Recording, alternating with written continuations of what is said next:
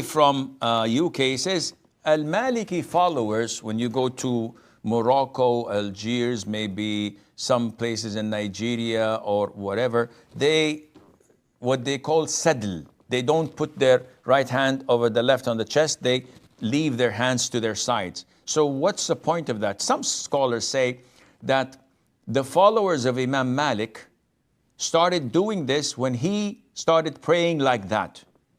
Why would Imam Malik, Imam Dar al-Hijrah, pray like that when he knows that the Sunnah of the Prophet, as in the hadith of Wa'il ibn Hujr, may Allah be pleased with him, was to put the right over the left on the chest, and this is the Sunnah of all Prophets. Why would Imam Malik do this?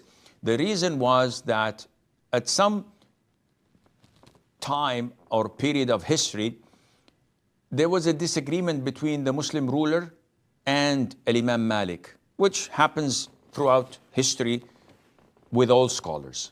This happened with Imam Ahmad, this happened with Imam Abu Hanifa, this happened with Imam Ibn Taymiyyah, who died in prison. All great scholars are tested. And usually, if they don't kiss the backside or they don't polish shoes, they will be thrown in jail. This is the norm. So there was this disagreement which Imam Malik refused to compromise the religion, which led the Muslim ruler to flog him and beat him in prison.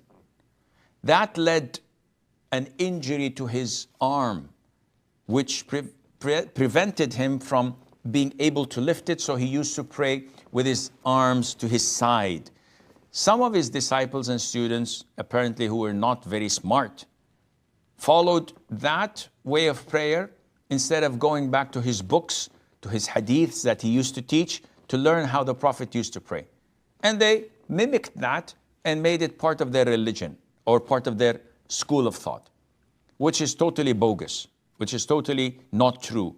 And Ali, my friend, as a Muslim, we have to go back to the references, Quran and Sunnah, not to what Tom, Dick, and Harry did, with all due respect to them, but Allah ordered us to follow the Quran and the Sunnah. And people differ. People have their different preferences and understanding to things. So we are not to get closer to Allah by their understanding, rather by the Quran and the Sunnah, with the understanding of the three favorite generations, the companions, Tabi'een and Tabi'it Tabi'een.